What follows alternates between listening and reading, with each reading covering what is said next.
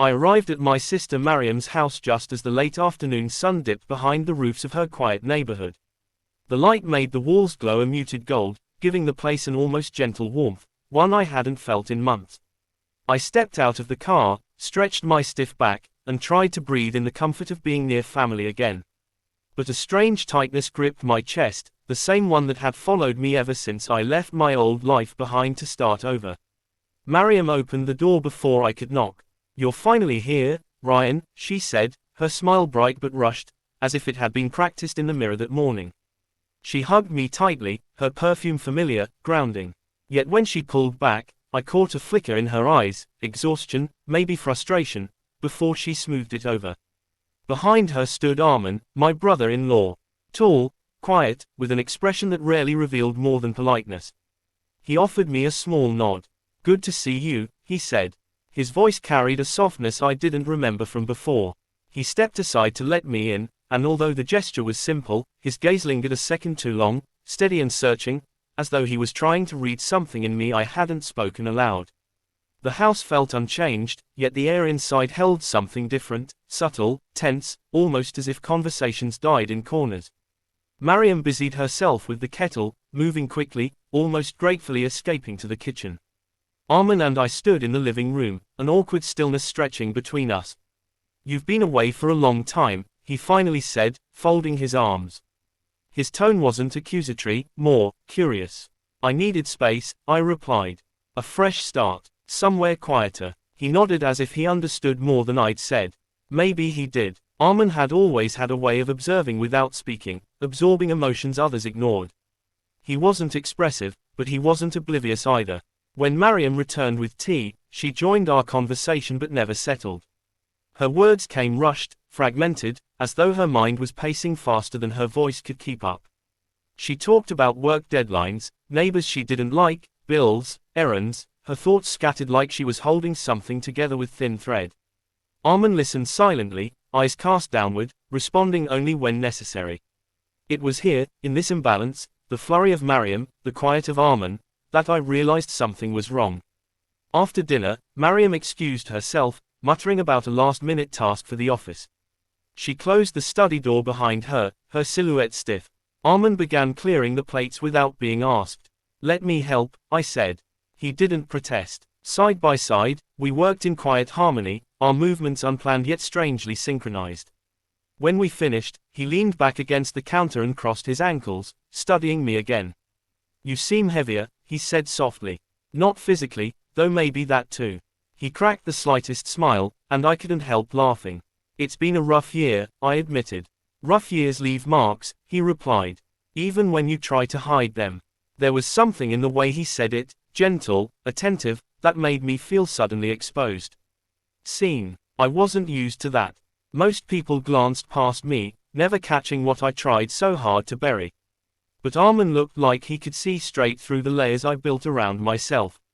Mariam reappeared briefly, her expression tight, her voice sharper than before. She announced she had to step out to pick something up from a colleague. "You two stay here. I'll be back soon." She didn't wait for a response.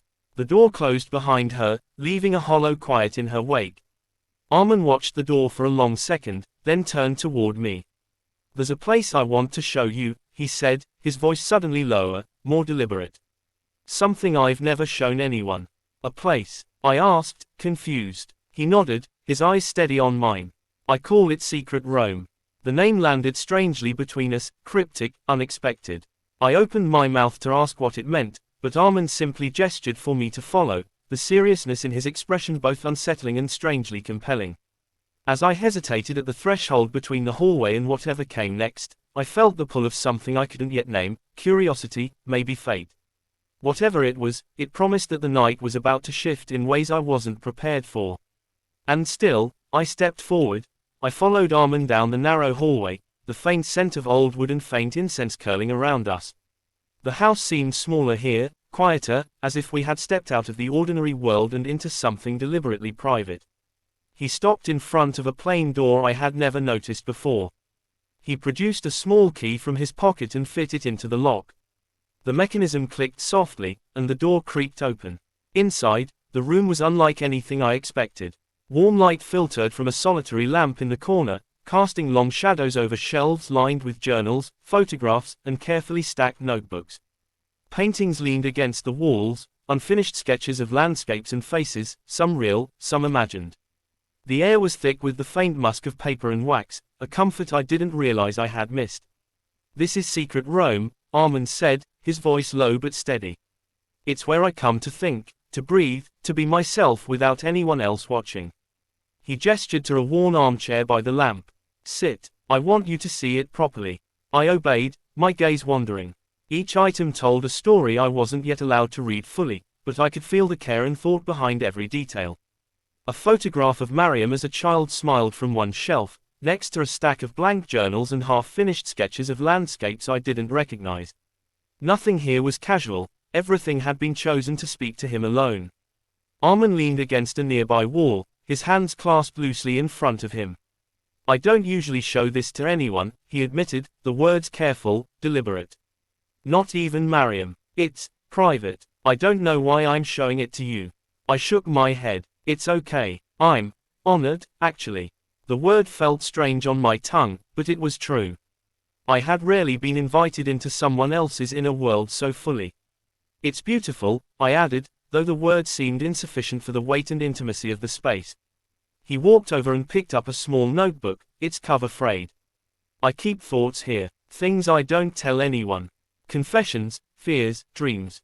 He glanced at me, a flicker of something vulnerable passing over his face.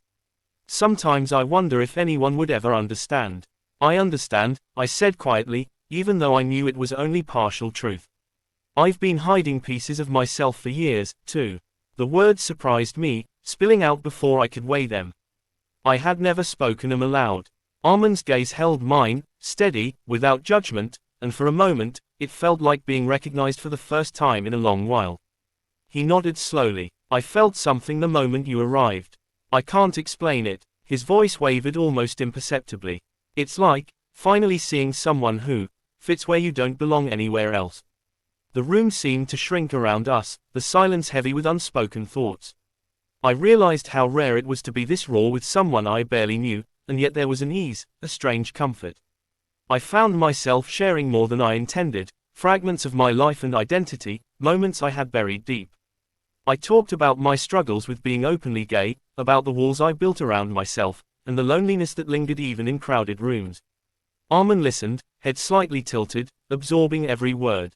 Occasionally, he would nod, or mutter softly in agreement. His eyes betrayed a depth of understanding that startled me. "I know that feeling," he admitted after a long pause. "To feel trapped in a life that isn't yours, to hide parts of yourself that you know matter."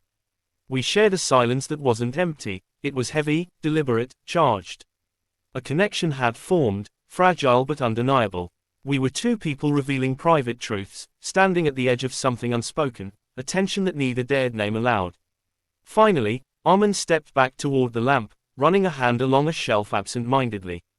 "I didn't plan for this, for you to see this side of me.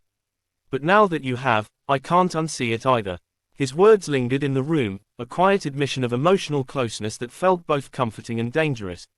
I nodded, feeling the weight of the moment, the fragile intimacy between us. "I won't forget it," I said. The words carried more than memory, they held understanding, recognition, and a silent promise of discretion. As I left Secret Rome later, I knew something had shifted between us. We had crossed an emotional threshold, one that could not be undone. And though nothing had been said about what would come next, the quiet understanding we shared promised that the night was far from over. The soft glow of Secret Rome lingered in my mind even as I followed Armand back toward the main hallway. The house felt quieter now, almost hollow, the ordinary walls carrying the weight of what we had shared. I could sense a subtle shift in the air between us, an unspoken understanding that what had begun in that room would not easily fade. Armand walked beside me, hands relaxed at his sides but shoulders tense, as if every step required careful thought. He didn't speak immediately, his silence was deliberate, almost reverent. I wanted to fill the quiet with words, but I realized none could capture the complexity of the tension between us. When he finally spoke, his voice was soft, almost a whisper. "Ryan, what we shared back there, it's different. I've never let anyone see that part of me before. And now, you have." I nodded, aware of a lump forming in my throat. I know, I felt it too. I didn't expect it, but it's real. Armand stopped in the hallway, turning to face me fully. His gaze held mine, searching for something I could not name. It's tempting, he admitted quietly, to step closer, to let this connection grow. But we both know the cost. Quote, I felt it immediately, the weight of Mariam's trust, the implicit loyalty that tethered both of us to boundaries we could not cross. Yet the pull of our shared vulnerability was undeniable, magnetic in a way that was frightening and exhilarating simultaneously. I'm aware, I said slowly, measuring each word. And I can't ignore it. But I also can't betray her, or myself. Armand's eyes softened, a mixture of relief and sorrow passing over his face. That's why I stopped myself, he confessed. Because even though I want to, I can't. Not without destroying something that matters. Not without losing you, or her. The silence that followed was heavy but necessary. We were both acutely aware of the invisible line that stretched between desire and responsibility. We had glimpsed something forbidden, and in that glimpse, we had recognized a truth about ourselves, but acknowledging it did not grant permission to act. I took a deep breath, feeling the weight of the choice we faced. I don't regret being here, I said, my voice steadier than I felt. Seeing this, seeing you, it matters. Even if it can't go further. Armand nodded, a faint, almost imperceptible smile touching his lips. It does matter, he agreed. And maybe that's enough, for now. To know, without acting. To understand without breaking what we care about. We lingered there for a moment longer, the house silent around us, holding our unspoken agreement. Secret Rome had revealed more than sketches, journals, or personal reflections. It had exposed the delicate, vulnerable truths of our hearts. And though we would step back from temptation, we could not unsee what had been shown, nor unfeel the connection that had blossomed so unexpectedly. The sound of the front door opening startled us. Mariam had returned earlier than expected, carrying a small bag from her errands. She called out cheerfully, unaware of the quiet intensity we had shared. Armand's shoulders relaxed instantly, the tension dissipating into the habitual motions of family life. I followed him into the living room, placing a careful distance between us, both of us aware that the line we had approached could not be crossed. Mariam smiled at us, oblivious to the invisible tension that had just existed in the house, and I returned her smile with a practiced warmth that belied the storm of emotions still swirling inside me. Later, as I prepared to leave, I caught one last look from Armand, a fleeting glance that carried the weight of understanding, restraint, and a shared secret. It was an acknowledgement that what had occurred in Secret Rome would remain ours alone, a hidden chapter in a story that could not unfold further. Walking out into the night, the quiet streets stretched ahead, familiar yet distant. I reflected on the delicate balance between desire and responsibility, connection and consequence. The night had shown me that emotional bonds could be as powerful, and as dangerous, as any physical act. And sometimes, the truest form of care is knowing when to step back. Even as the door closed behind me, Secret Rome lingered, not as a place, but as a memory, a lesson, and a silent promise, that some truths are too fragile to touch, yet too real to ignore.